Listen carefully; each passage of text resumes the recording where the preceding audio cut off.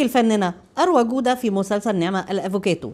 رد أروى جودة بعد إهانتها بسبب مسلسل نعمة الأفوكاتو. متابعة تستفز أروى جودة بسبب شكلها في نعمة الأفوكاتو. الفنانة تكشف السبب وتلقنها درسا قاسية. أروى جودة لاحظ المشاهدين تغيير في شكل وشها وزيادة وزنها، وأول حاجة فكر فيها المتابعين هو خضوعها لعمليات التجميل الجديدة، إلى أن أروى ردت على الكلام ده وقالت، والموضوع حصل إن ناشطة على منصة إكس كتبت وقالت أروى جودة وشها باظ، هو المنجد إياه خسارة دي كانت جميلة.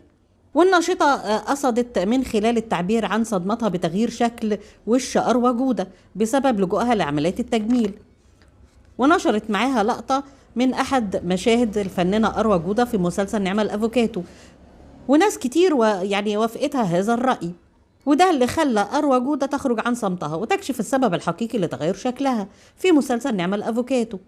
الظاهر كده إن كلام المتابعة استفز الفنانة المصرية أروى جودة التي صدمت محبيها ومتابعيها بالكشف عن مرورها بأزمة صحية، وهي السبب في تغير شكلها ووزنها الملحوظ، وده اللي وضحته في تدوينتها اللي أحرجت بها الناشطة التي سخرت من شكلها.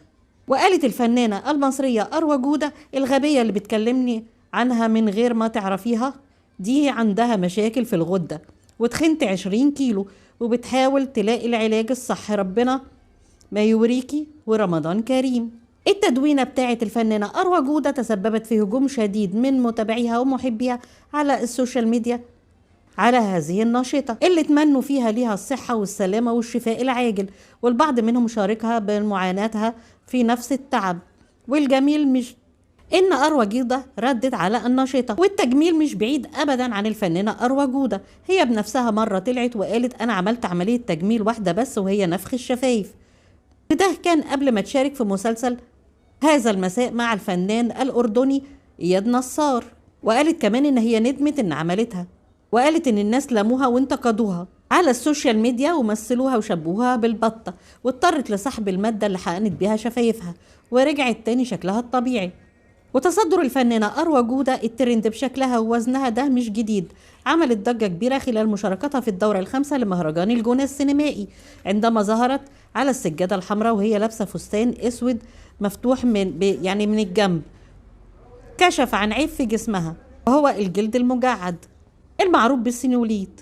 وشركة تجميل أخذت الصورة واستخدمتها لترويج عن منتجاتها للتخلص من السينوليت. ولم يمر ذلك مرور الكرام، دخلت أروى جودة على صفحة الشركة وهزقتهم وقالت لهم أنا مش فارقة معايا إن يكون عندي سينوليت، دي حاجة عادية بس عيب استخدام صورتي بدون استئذان. والمعروف عن الفنانة أروى جودة إن هي إنسانة جريئة، اعترفت بأنها مصابة باضطراب عصبي، ووضحت كواليس إصابتها من خلال فترة انتشار الكورونا، لدرجة إنها لجأت لدكتور نفساني واكتشفت أنها تعاني من اضطراب نفسي ونقص الانتباه، وقالت أنا كنت عايشة في اكتئاب وكنت عايشة في اضطراب طول الوقت.